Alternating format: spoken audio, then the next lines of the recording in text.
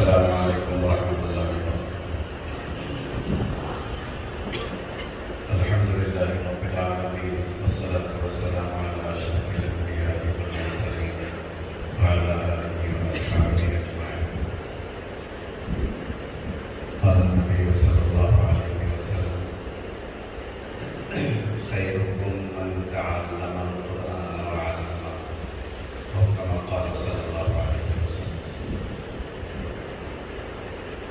محترم علماء کرام، عزیز طلباء،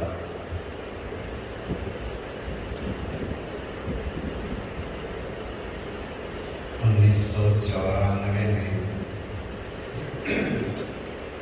جب دستہ بندی ہوئی تھی،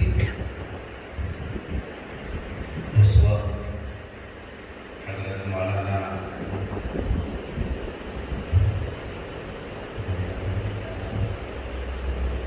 رحمانی صاحب رحمۃ اللہ علیہ جو بڑھیا کر کے ہیں، ان کے خطاب میں ایک واقعہ سننے کو ملا تھا۔ حالانکہ اس سے پہلے بھی تذکرہ ہوا ہے، اس کا پیش کیا ہوں آپ کے سامنے۔ حضرت مولانا محمد عمر صاحب پالنپوری رحمۃ اللہ علیہ کی خدمت میں کچھ نو فاضل علماء کرام تشریف لائے ملاقات کے لیے، اپنے حال احوال سنانے کے لیے۔ حضرت سب سے بات کر رہے تھے، بیٹا آپ کہاں خدمت کر رہے ہیں، کیا تنخواہ ہے، آپ کہاں پڑھا رہے ہیں، آپ کی کیا تنخواہ ہے، تفصیلی بات ہو رہی تھی۔ اس دوران میں ایک صاحب تشریف لائے جو حضرت کے پرانے ملاقاتی تھے۔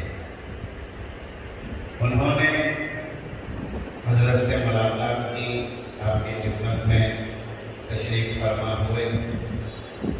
حضرت نے کچھ دیر کے بعد ان سے پوچھا کہ آپ کے ایک صاحبزادے تھے، وہ کہاں ہیں؟ تو ان صاحب نے بڑے ہی سینہ تان کر خوشی خوشی یہ کہا، حضرت میرا لڑکا اس وقت مدینے میں ہے اور 50-60 ہزار روپے ماہانہ کما رہا ہے۔ انہوں نے کہا بڑوں کی بڑی بات۔